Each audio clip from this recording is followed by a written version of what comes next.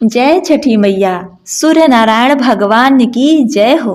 सबसे पहले आप सभी छठ व्रत करने वाली बड़ भागिनी माताओं बहनों को मेरा सादर प्रणाम है। छठ महाव्रत की आप सभी भक्तों को अनंत शुभकामनाएं। छठी मैया की कृपा आप और आपके समस्त परिवार पर सदा सर्वदा बनी रहे। आज कार्तिक मास शुक्ल पक्ष की षष्ठी तिथि छठ का महाव्रत है। माताएं बहनें 36 घंटे निर्जला व्रत की हुई हैं और बिना एक बूंद पानी के अपने बेटे बेटियों के लिए माएं ऐसे ऐसे गीत गाती हैं कि आंखें भीग कर गंगा जमुना हो जाएं। पवित्रता, नियम, भक्ति भाव से 4 दिनों तक की जाने वाली इस कठिन तपस्या से छठी मैया सूर्य नारायण भगवान प्रसन्न होगी। घर परिवार में सुख, समृद्धि, बरकत, औलाद, सौभाग्य सब कुछ अपने भक्तों को प्रदान करती हैं। तो आज मैं सुना रही हूँ छठ व्रत को साकार करने वाली छठी मैया की बड़ी ही सुंदर दिव्य सच्ची कथा।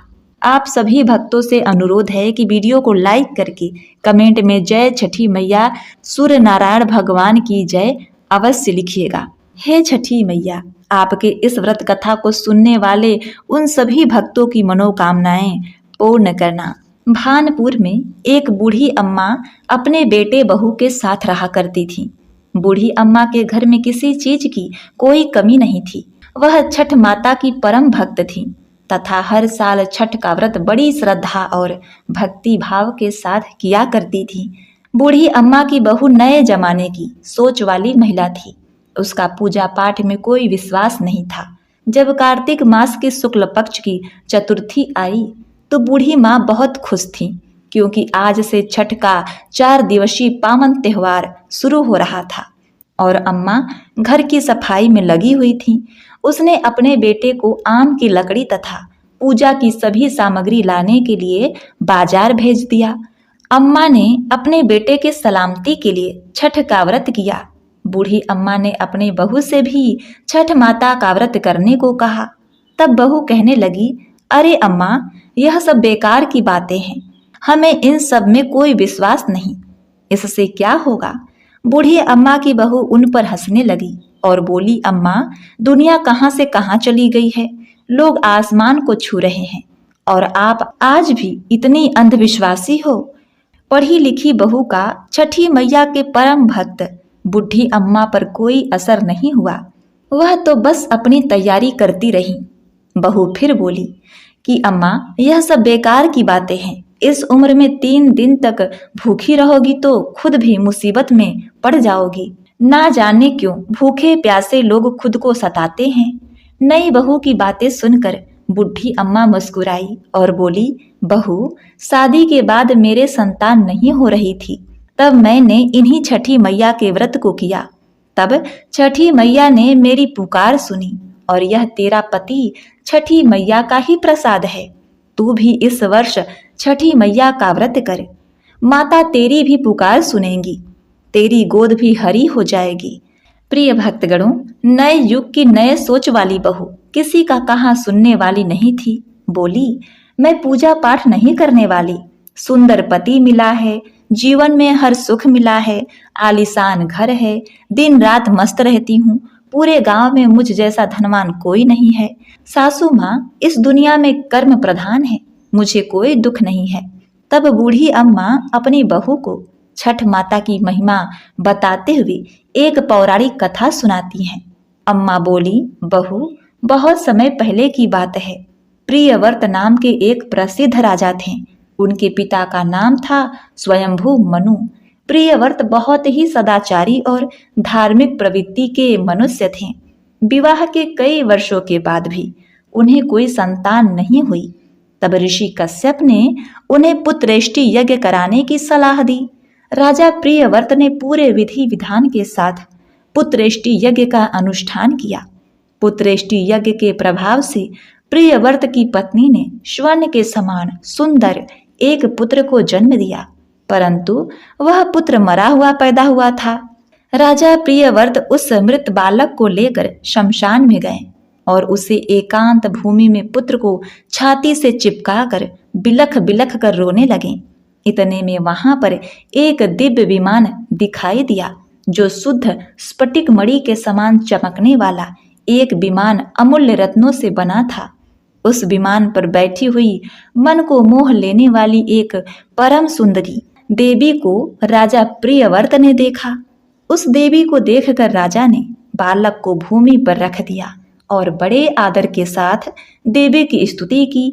वह देवी स्कंद भगवान की प्रिय पत्नी षष्ठी देवी थी। उनका शांत विग्रह ग्रीष्मकालीन सूर्य के समान चमचमा रहा था।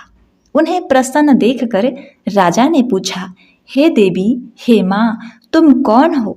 राजा प्रियव्रत की बात सुनकर देवी ने उनसे कहा, राजन, भगवती मूल प्रकृति के छठे अंश से प्रकट हुई मैं षष्ठी देवी हूँ और इस संसार में छठी नाम से प्रसिद्ध हूँ। इस प्रकार कहकर छठ माता ने उस बालक को उठा लिया और अपने प्रभाव से उसे पुनर्जीवित कर दिया। जब राजा ने देखा तो वह स्वर्ण के समान सुंदर प्रभाव वाला बालक हंस रहा था। अभी राजा प्रियव्रत उस बालक की ओर देख ही रहे थे कि छठ माता उस बालक को लेकर आकाश में जाने लगी। यह देखकर राजा के कंठ, होठ और तालु सूख गए। उन्होंने माता की स्तुति की। तब प्रसन्न हुई माता ने कहा, हे राजन, तुम सूर्य, प्रकृति, जल तथा वायु की पूजा कराओ, स्वयं भी करो। प्रकृति की आराधना से तुम और समस्त संसार वर्ष भर सुखी, स्वस्थ और निरोगी रहेंगे और दीर्घ आयु होंगे। माता के मुख से ऐसा सुनकर तब राजा प्रियव्रत ने सूर्य, उषा, जलवायु तथा छठ माता का व्रत किया और पूजा की, जिससे प्रसन्न होकर छठ माता ने राजा को उनका पुत्र दे दिया। तब से कार्तिक शुक्ल पक्ष की षष्ठी के अवसर पर सूर्य, उषा, प्रकृति, जलवायु तथा षष्ठी माता की पूजा की जाने लगी। तब बूढ़ी अम्मा ने बहू से कहा, बेटी, छठ माता की महिमा तो ऐसी ही है। स्वयं भगवान श्री राम तथा सीता माता ने भी छठ का व्रत करके भगवान सूर्यदेव का आशीर्वाद प्राप्त किया था। महाभारत काल में दानवीर कर्ण और पांडव ने भी छठ का व्रत किया था। यह बात सुनकर वह आधुनिक युग वाली बहू बोली, यह सब मन गढ़ंत कहानियां हैं, मैं इस पर विश्वास नहीं करती।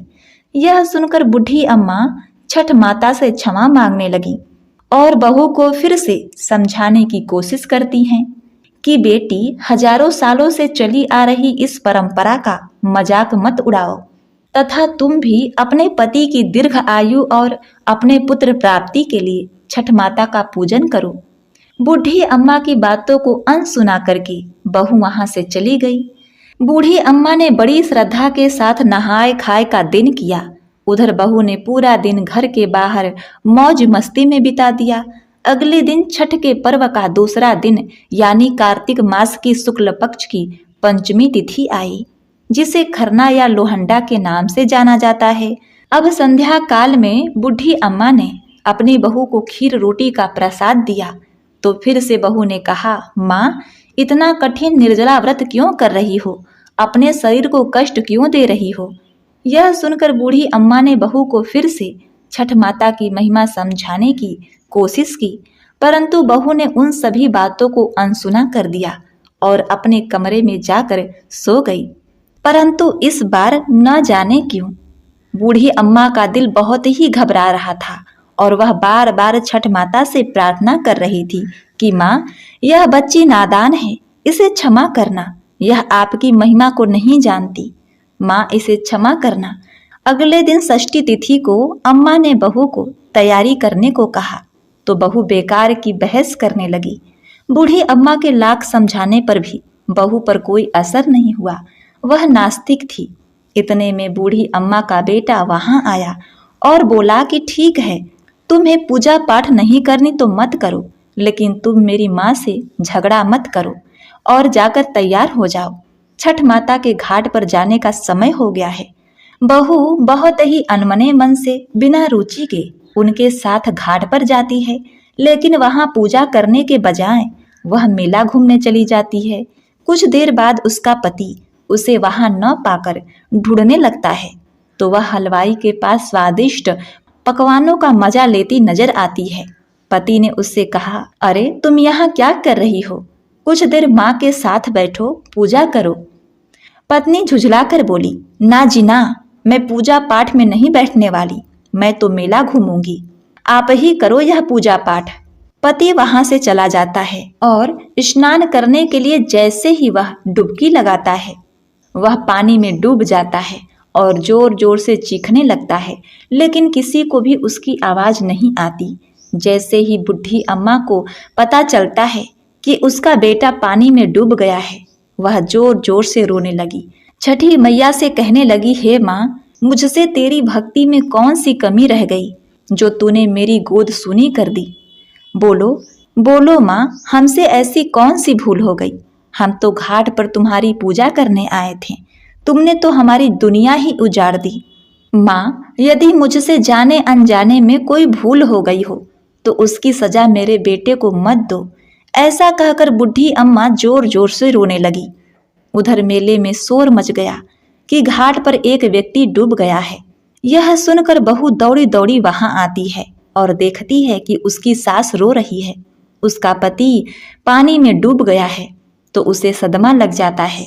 वह जोर जोर से चीखती हुई बुढ़ी अम्मा से कहती है, मैंने पहले ही कहा था अम्मा, यह छठ के चक्कर में मत पड़ो। यह सब ढोंग है, अंधविश्वास है, और देखो आज मेरा पति मुझसे दूर चला गया। यह घटना देखकर सभी लोग मन में छठी मैया को पुकारते हैं कि हे माँ, इस बूढ़ी अम्मा की पुकार सुन लो। छठी मैया बड़ी ही दयालु हैं। माता कभी अपने भक्तों को निराश नहीं करती। इधर पुत्र वियोग में बूढ़ी अम्मा जैसे ही जान देने नदी में कूदने लगी तो तभी नदी में से एक लहर उठी और उसी लहर में से बूढ़ी अम्मा का बेटा बाहर आ जाता है। यह देखकर छठ घाट पर खड़े सभी लोगों की आंखें खुली की खुली रह जाती हैं। बूढ़ी अम्मा खुशी से रोने लगती है। बहू भी खुशी के मारे जोर जोर से रोने लगती है।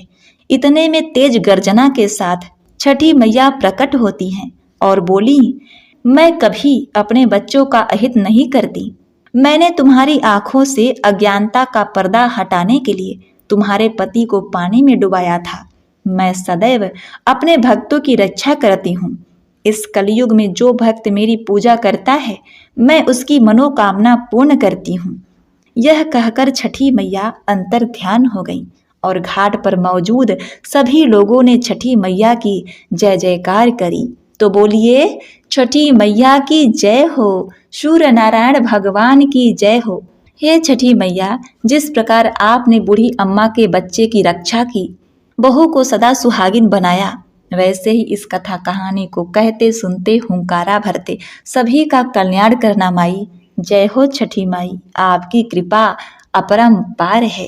प्रिय भक्तगणों, कहते हैं कि छठ व्रत में जब तक नहाय खाए खरने की कथा को न सुना जाए तब तक यह कथा अधूरी ही होती है।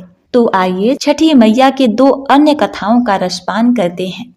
एक गांव में एक ब्राह्मण अपनी पत्नी और बेटी के साथ रहा करता था। उसकी बेटी का नाम चटोरी था।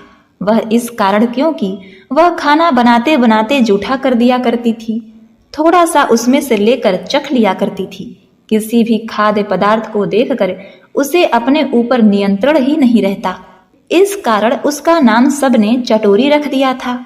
हालांकि वह कन्या अत्यंत ही रूपवती तथा कामकाजी थी। केवल एक अवगुण के कारण ही उससे कोई भी विवाह करने को तैयार नहीं होता। चटोरी के लिए बहुत से रिश्ते आते, लेकिन वह रिश्ता जुड़ने से पहले ही टूट जाते थे। ब्राह्मण को अपनी इकलौती संतान चटोरी की विवाह की अत्यंत ही चिंता होने लगी। चटोरी की माँ ब्राह्मणी छठी मैया की परम भक्त थी। उन्हीं की कृपा से चटोरी का जन्म हुआ था। अब ब्राह्मणी ने मन ही मन छठी मैया से मनौती किया। अब क्या था, छठी मैया के कृपा से चटोरी के लिए एक रिश्ता आया, किंतु ब्राह्मणी अपनी पुत्री चटोरी के चटोरेपन की बात लड़के वालों से कही। यह बात सुनते ही लड़के की मां ने विवाह से साफ इनकार कर दिया, यह कहकर कि हमारे घर आए दिन पूजा पाठ अनुष्ठान होते रहते हैं, हमें ऐसी बहू नहीं चाहिए जो घर में झूठा काठा करते फिरे। किंतु लड़के ने अपनी माँ को यह कहते हुए मना लिया कि माँ, लड़की बहुत ही सुंदर है, उसके जो बच्चे होंगे वह भी चांद का टुकड़ा होंगे। रही बात चटोरेपन की, तो अपनी बेटी समझकर सहन कर लेना। लड़के के निवेदन करने पर वह मां मान गई और बड़े ही धूमधाम से चटोरी का विवाह नवरात्रि के शुभ दिन में संपन्न हो गया। जब छठ का महापर्व आया तो चटोरी बहू के सास को चिंता होने लगी कि कहीं चटोरी के चटोरेपन की वजह से छठी माता के व्रत में कोई परेशानी ना आ जाए। प्रिय भक्तों, जब छठ का व्रत आया, नहाए खाए तो किसी तरह पूरा हो गया। पहले दिन सब कुछ ठीक रहा, किंतु अब तो खरना के दिन खीर बनाने के साथ प्रसाद भी बनाना था और चटोरी को प्रसाद जूठा करने से भी रोकना था। इन सभी बातों को सोचते हुए सास ने एक उपाय निकाला। सास ने गेहूं को धोकर सुखाकर उसे चक्की में पिसवा दिया। अब जब चटोरी ने देखा कि इतना सुंदर आटा है तो उसके मन में आया कि क्यों ना मैं इसकी लिट्टी लगाकर खा लूं। अब ना चाहते हुए भी उसको बहुत मन कर रहा था लिट्टी खाने का, लेकिन अब क्या करे, सास की वजह से वह लिट्टी बना भी नहीं सकती थी। चटोरी तो किसी तरह मौका देख रही थी कि कहाँ समय मिले और कहाँ वह लिट्टी बनाकर खाए। और उधर उस सास ने चटोरी से कहा कि बहू, तुम नदी से एक घड़ा पानी ले आओ जो कि बहुत दूर है। जब तुम नदी से पानी लाओगी तभी प्रसाद बनेगा। यह सुनकर चटोरी बहुत ही प्रसन्न हो गई। वह चोरी से एक अंजुली आटा अपने आंचल में छुपा लेती है और घड़ा लेकर नदी की तरफ चली जाती है।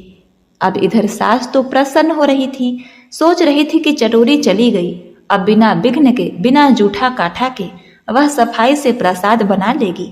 चटोरी जब नदी पर पहुंची तो नदी के तट पर एक पत्थर था। उस पत्थर पर उसने आटा को रखकर गूंथ लिया, लिट्टी का आकार दे दिया। अब उसे रही बारी पकाने की। आग पर लिट्टी लगा दी और उस लिट्टी को एक पत्ते में लपेटकर अपने आंचल में छुपा लिया। घड़े में पानी भरकर वह रास्ते में चली आ रही थी। आते आते अब चटोरी को भूख बहुत तेज लग गई थी। उसने सोचा बिना किसी चीज के वह लिट्टी कैसे खाएगी। अब रास्ते में एक सूर्य भगवान का मंदिर पड़ता है। मंदिर में देखती है कि ढेर सारे घी के दिए जल रहे होते हैं। चटोरी यह सोचती है कि यह घी तो फालतू में बर्बाद ही हो रहा है, तो क्यों ना मैं इस घी को अपने लिट्टी पर लगाकर खा लूं, मेरा पेट भी भर जाएगा और स्वादिष्ट भी हो जाएगा। अब ऐसा सोचकर चटोरी ने जल्दी से सभी दियों से घी निकाला और उस घी को लिट्टी पर चुपोड़कर लगाकर पेट भर खा लेती है। जब लिट्टी खा लेती है तब उसने अपने घड़े से पानी पिया और अपने घर की तरफ चली आती है। आते आते उसे संध्या हो चुकी थी। सास बहुत खुश थी। उसने सोचा कि चलो आज का दिन पूरा हुआ। अब सास जल्दी से सारा सामान, पूजा की सामग्री लेकर घाट पर चली जाती है। अब दूसरे दिन जब लोग सूर्य भगवान के मंदिर में जाते हैं उनकी पूजा करने के लिए, तो उन्होंने देखा सूर्य भगवान का जीभ बाहर निकला हुआ था। सबको देखकर बहुत हैरानी होती है। लोग सोचते हैं यह कहीं अपशगुन तो नहीं। इसके लिए लोगों ने भगवान सूर्यदेव से बहुत प्रार्थना किया कि हे भगवान, आप अपना जीभ अंदर कर लीजिए, कहीं यह अनिष्ट का प्रतीक तो नहीं। हे भगवान, हमसे क्या गलती हो गई है। लेकिन सूर्य भगवान अपना जीभ अंदर करने को मानते ही नहीं। बड़े बड़े विद्वान पंडित आकर थक गए, सूर्य भगवान माने ही नहीं। वे तो चटोरी के चटोरेपन के वजह से ही सूर्य भगवान की जीभ बाहर आ गई थी। अब उस नगर के राजा ने घोषणा करवा दी कि जो भी कोई सूर्य भगवान के जीभ को अंदर कर देगा, मैं उसे मन चाहा इनाम दूंगा। यह बात चटोरी ने भी सुन ली। चटोरी जल्दी से सूर्य भगवान के मंदिर में पहुंची और कहती है, महाराज, मैं सूर्य भगवान के जीभ को अंदर कर सकती हूँ। चटोरी की बात सुनकर सब लोग बहुत ही हंसने लगे कि इतने बड़े बड़े विद्वान महापंडित हैं जो कोई कुछ नहीं कर पाया, और यह चटोरी जो दिन भर चाटती खाती रहती है, दिन भर सभी चीजों को जूठा करती रहती है, भगवान का पूजा पाठ भी नहीं करती, और यह सूर्य भगवान के जीभ को अंदर कर देगी, ऐसा कैसे हो सकता है। लेकिन चटोरी ने कहा, नहीं, मैं कर सकती हूँ। ऐसा कहते हुए चटोरी मंदिर के अंदर जाती है। दरवाजा अंदर से बंद कर लेती है और भगवान से बहुत ही प्रार्थना करती है, मान मनौती करती है, क्षमा याचना करती है। लेकिन सूर्य भगवान नहीं मानते, उनका जीभ अंदर नहीं जाता। अब तो चटोरी परेशान हो गई। उसे आया बहुत तेज गुस्सा। उसने जोर से अपनी मुट्ठी बांधी और खींचते हुए भगवान से कहा, हे भगवान, अगर आपने अपना जीभ अंदर नहीं किया तो मैं आपके जीभ पर एक मुक्का मारूंगी। आपका जीभ कटकर धरती पर गिर जाएगा। फिर तो राजा पूछेंगे तो मैं राजा से कह दूंगी कि मैंने जीभ को अंदर कर दिया और उस कटे हुए जीभ को कहीं फेंक दूंगी। भोली चटोरी की बातों को सुनकर सूर्य भगवान मुस्कुराए और छठी माता भी अपनी उस भोली कन्या को क्षमा कर देती हैं। अब क्या था, सूर्य भगवान डर के मारे अपने जीभ को अंदर कर लेते हैं और जब राजा को पता चलता है कि चटोरी ने भगवान सूर्य देव का जीभ अंदर कर दिया है, सभी लोग सूर्य भगवान की जय जयकार, छठी मैया की जय हो का नारा लगाने लगे। चटोरी ने राजा से कहा, महाराज, आप कुछ भूल गए हैं। आपने मुझसे वादा किया था कि मैं जो भी मांगूंगी आप देंगे। राजा ने कहा, बिल्कुल, मैंने कहा था। तब चटोरी ने कहा, महाराज, आप मुझे अपना आधा राजपाट दे दीजिए और अपने जैसा एक महल बनवाकर मुझे दीजिए, जहां पर मैं और मेरी सासू माँ कुशल पूर्वक अच्छे से खुशी खुशी रहें।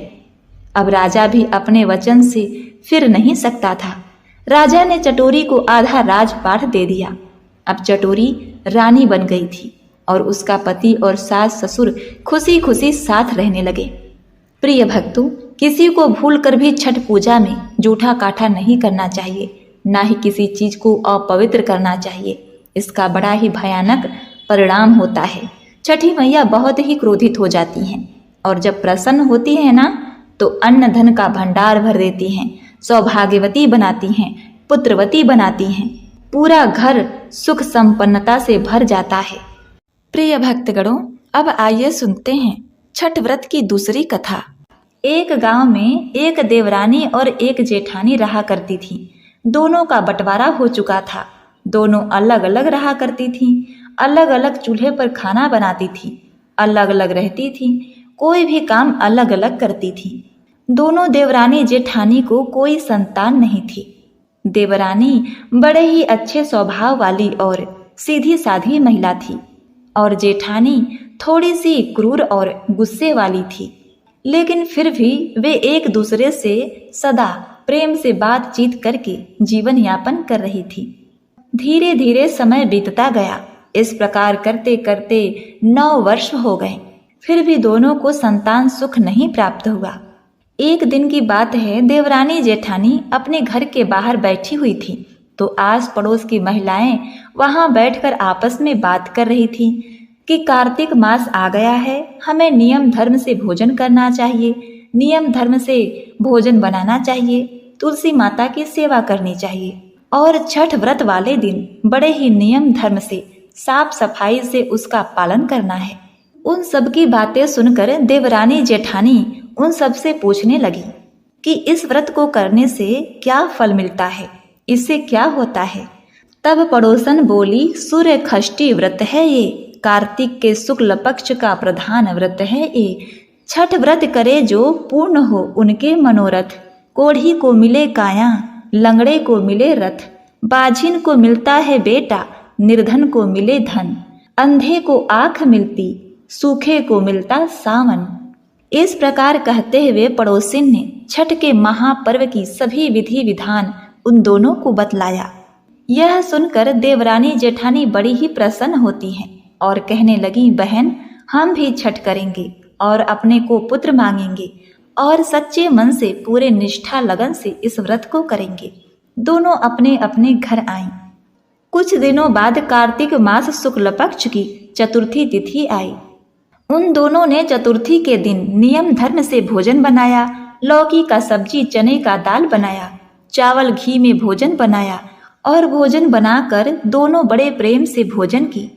जो देवरानी थी वह अपने आस पड़ोस में भी उस प्रसाद को थोड़ा थोड़ा बांट देती है और थोड़ा सा कुत्ते के लिए निकाल देती है, थोड़ा सा गौ माता के लिए, थोड़ा सा बछिया के लिए, और एक पत्ते पर पंछी रानी को रख देती है।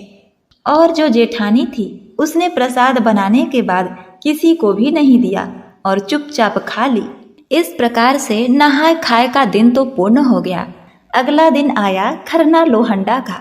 इस दिन देवरानी जेठानी ने पूरे दिन उपवास रखा और संध्या के समय विधि पूर्वक साफ सफाई से भगवान के प्रसाद के लिए खीर बनाया।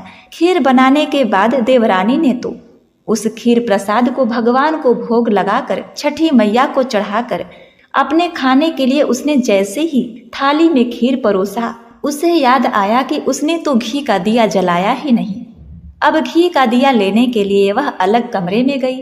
अब इधर जेठानी ने भी पूरे श्रद्धा भाव से खीर बनाया। खीर बनाने के बाद वह भगवान को भोग लगाकर बिना किसी को बुलाए, बिना खीर प्रसाद वितरण किए खुद खीर खाने के लिए बैठ गई। फिर उसे भी याद आया कि उसने भी दिया नहीं जलाया है। वह भी दिया लेने के लिए अन्य कमरे में गई। तभी अचानक 2 कुत्ते उनके घर में घुसे और भोजन खाने लगे। अंदर से चप चप की आवाज आई तो दोनों अपने अपने कक्ष के भीतर जाकर देखने लगी।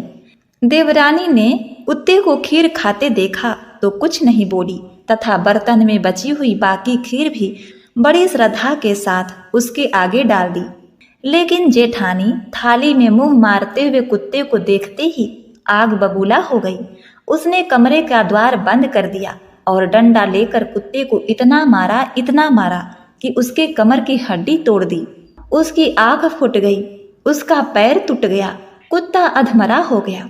जैसे तैसे चिल्लाते चीखते हुए वह जान बचाकर वहां से भागा। अब जब दोनों कुत्ते बाहर मिले तो एक दूसरे का हाल पूछने लगे। जो कुत्ता देवरानी के यहाँ गया था वह बोला, मैं जिसके कमरे में गया था वह स्त्री तो बड़ी ही भली है। मुझे खीर खाते देखकर भी वह मुझे कुछ नहीं कही, बल्कि बर्तन में खीर खत्म हो जाने के बाद उसने उसमें और खीर डाल दी ताकि मैं भर पेट खा सकूं। उसने तो मेरी आत्मा ऐसे तृप्त की है कि मेरी तो छठी माई से यही कामना है कि मरने के बाद मैं उसी का पुत्र बनूं और जीवन भर उसकी सेवा करके इस ऋण को चुकाता रहूं। जिस प्रकार उसने मेरी आत्मा को तृप्त किया है उसी प्रकार मैं उसकी आत्मा को तृप्त और प्रसन्न करता रहूं। अब तुम बताओ कि तुम्हारे साथ क्या हुआ, क्या बीती? देखकर लगता है कि तुम्हारी तो बहुत पिटाई हुई है।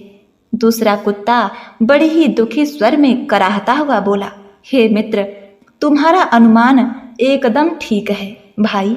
आज से पहले मेरी ऐसी दुर्गति कभी नहीं हुई थी। पहले तो थाली में मुंह मारते ही सारा जबड़ा हिल गया। फिर भी भूख से परेशान होकर मैंने 2-4 कौर खाए। वैसे ही वह दुष्टा आ गई और कमरा बंद करके डंडे से उसने मुझे इतना मारा कि मेरी कमर तोड़ दी, आंख फोड़ दी, पैर की हड्डी टूट गई। मैं तो छठी माई से यही निवेदन करता हूँ कि अगले जन्म में मैं उसका पुत्र बनकर उससे बदला चुकाऊं। जैसे उसने मार मार कर मेरी कमर तोड़ी वैसी ही भीतरी मार से मैं उसका हृदय और कमर तोड़ डालूं। देवरानी ने अपने बनाए हुए संपूर्ण खीर को उस कुत्ते को खिला दिया था, इसलिए उसने दोबारा से बर्तन धोए, साफ सफाई की और पुनः आग जलाकर खीर पकाई। खीर पकाने के बाद उसने फिर से भगवान को छठी मैया को भोग लगाई और आस पड़ोस में फिर से उसने खीर वितरण किया। उसके बाद याचमन करके खीर को बड़े ही प्रेम श्रद्धा पूर्वक ग्रहण किया। इधर जो जेठानी थी वह गुस्से में आग बबूला हो गई थी। उसने दोबारा न तो खीर बनाई न ही घर की सर सफाई की। उसके सिर पर तो क्रोध सवार था और उसी बचे खुचे खीर को ही ग्रहण कर लिया। इस तरह से दोनों देवरानी जेठानी ने अपने छठ व्रत को पूर्ण किया। कहते हैं कि बेजुबान की बद्दुआ बड़ी ही बुरी होती है। इसे दैव योग ही कहा जाएगा कि दूसरा कुत्ता जो मार खाया हुआ था वह शीघ्र ही जेठानी के द्वार पर ही मर गया। अब अपने प्रिय मित्र को मरा हुआ देखकर जो पहला कुत्ता था वह भी दुखी रहने लगा, अन्न पानी खाना छोड़ देता है और इस तरह से 4-5 दिन के बाद वह भी अपने प्राण त्याग देता है। इस प्रकार से कुछ दिन व्यतीत होते हैं और देवरानी जेठानी दोनों एक साथ गर्भवती हो जाती हैं। लोग कहने लगते हैं, देखो छठी मैया की कितनी बड़ी कृपा है कि दोनों ने ही एक साथ गर्भ धारण किया है। दोनों ने एक साथ छठ मैया का व्रत किया था। छठ माई ने उन्हें आशीर्वाद दिया है।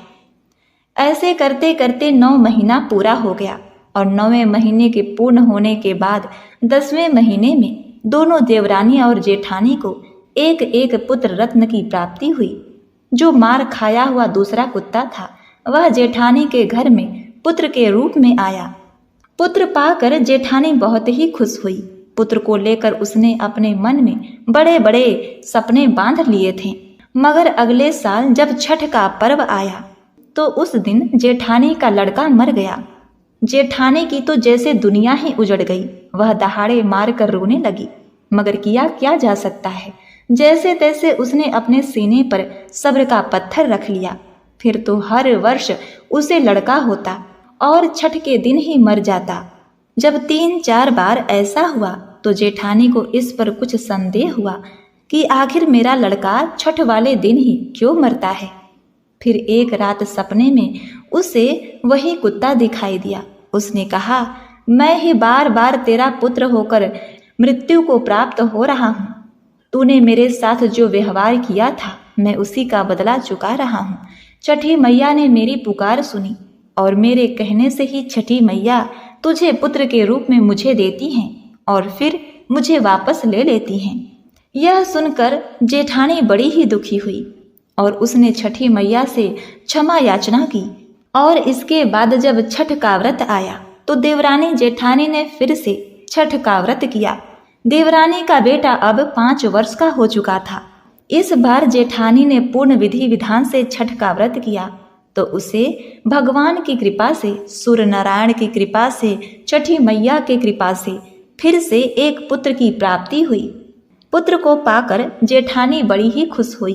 उसका पालन पोषण बड़े ही लगन से करने लगी। जब वह पुत्र बड़ा हुआ तो वह बड़ा ही उदंड और माँ को दुख देने वाला हुआ। वह अपनी माँ से कभी भी सीधे मुंह बात नहीं करता, उन्हें दुख देता, चोरी चकारी करता। आए दिन राजा के सिपाही उसे चोरी करने के जुर्म में पकड़कर कैद खाने में डाल देते। जेठानी की बड़ी ही जग हंसाई होती। इस तरह से जेठानी का बेटा अपनी माँ को सदैव दुख दिया करता था। वह जीवित तो हो गया लेकिन दुख देना नहीं छोड़ा। जेठानी बार बार छठी मैया से प्रार्थना करती रही, लेकिन जो उसने पाप किया है एक ही बार में कहाँ धुलने वाला था। ऐसे ही एक दिन देवरानी के बेटे को अपनी बड़ी माँ का दुख देखा नहीं गया। उसने अपने छोटे भाई को बहुत समझाया और अपने पूर्व जन्म का सारा वृत्तांत सुनाया, क्योंकि उसे अपने पूर्व जन्म की सभी बातें याद थी और किस प्रकार बड़ी माँ प्रायश्चित कर रही हैं। अब उन्हें तुम्हें क्षमा कर देना चाहिए। छठी मैया ने तुम्हें उनके गोद में दिया है, अब तुम उनकी सेवा करो, उन्हें दुख मत दो। वे बड़े ही निष्ठा से छठ का व्रत रखती हैं। यदि तुम उन्हें इसी प्रकार दुख देते रहोगे तो छठ मैया को कौन मानेगा। छठ मैया की महिमा बड़ी ही निराली है। उनके ही प्रताप से तुम फिर से जीवित हुए हो।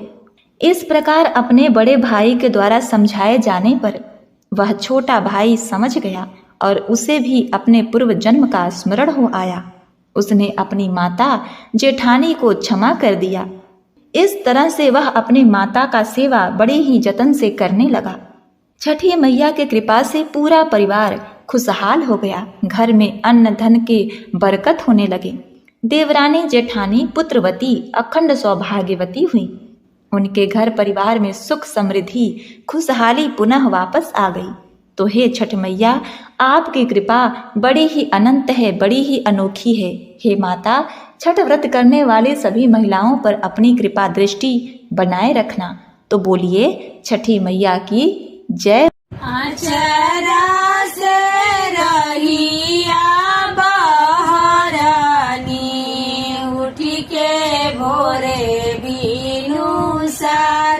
उठ के भोरे बीनू सान आचारा से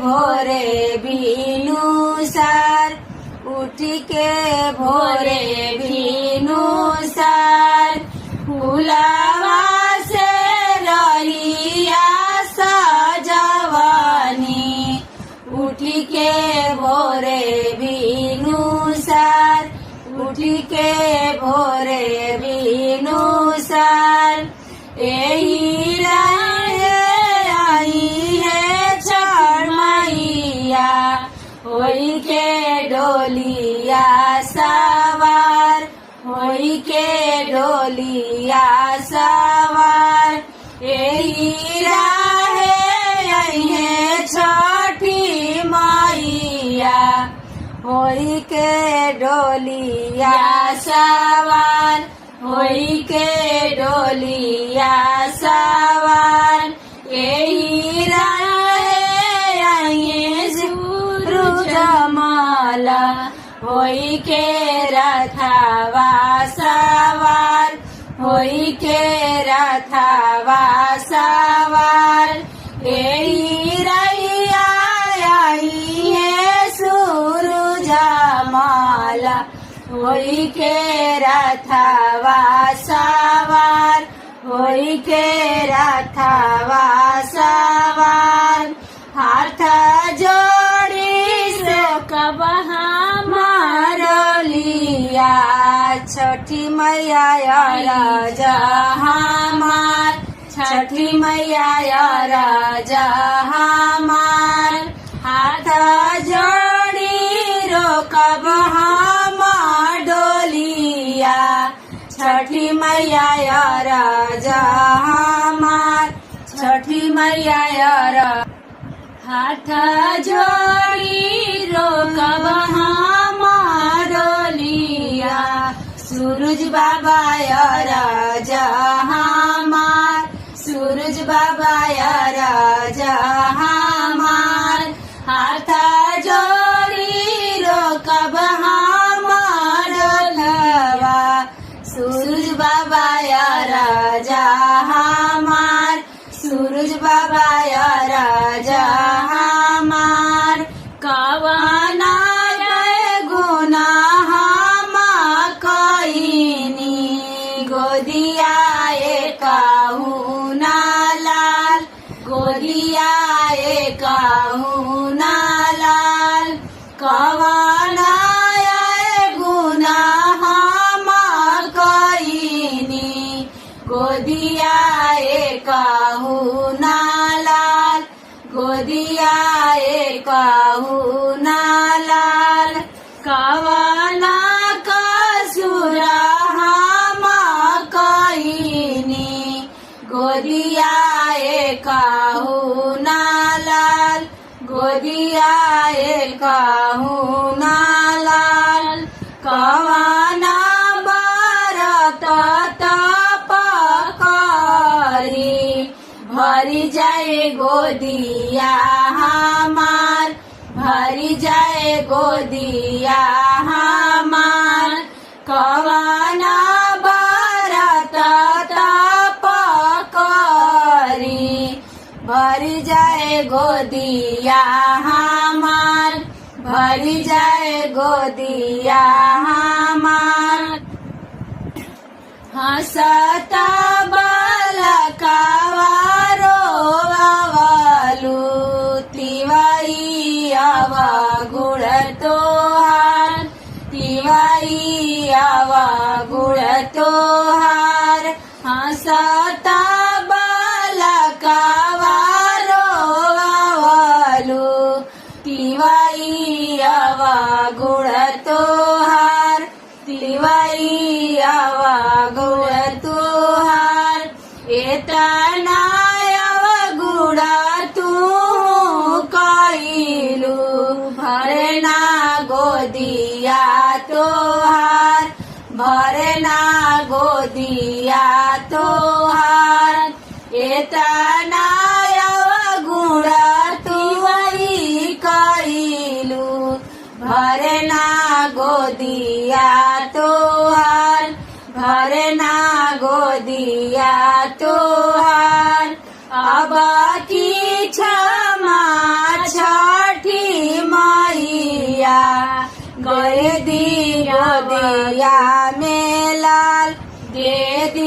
गोदिया में लाल। अब की क्षमा छठी मैया दे दी गोदिया में लाल, दे दी गोदिया में लाल। अब की क्षमा सूरज बाबा दे दी गोदिया में लाल, दे दी गोदिया में लाल। अब की क्षमा सूरज बाबा दे दी गोदिया में लाल, दे दी गोदिया में लाल। इतना बचना छठी सुनाली मैया हंसली ठठाई, मैया हंसली ठठाई। इतना बचना छठी सुनाली मैया हंसली ठठाई, मैया हंसली ठठाई। इतना बचना सूरज बाबा सुनाले, सूरज बाबा हंसले ठठाई, सूरज बाबा हंसले ठठाई। कार्तिक मास के छठिया भरी गोदिया तोहार, भरी गोदिया तोहार। कार्तिक मास के छठिया भरी गोदिया तोहार, भरी गोदिया तोहार। करिहा तू छठी के बरतिया, खेली है गोदिया में लाल, खेली है गोदिया में लाल। करिहा तू छठी के बरतिया, खेली है गोदिया में लाल, खेली है गोदिया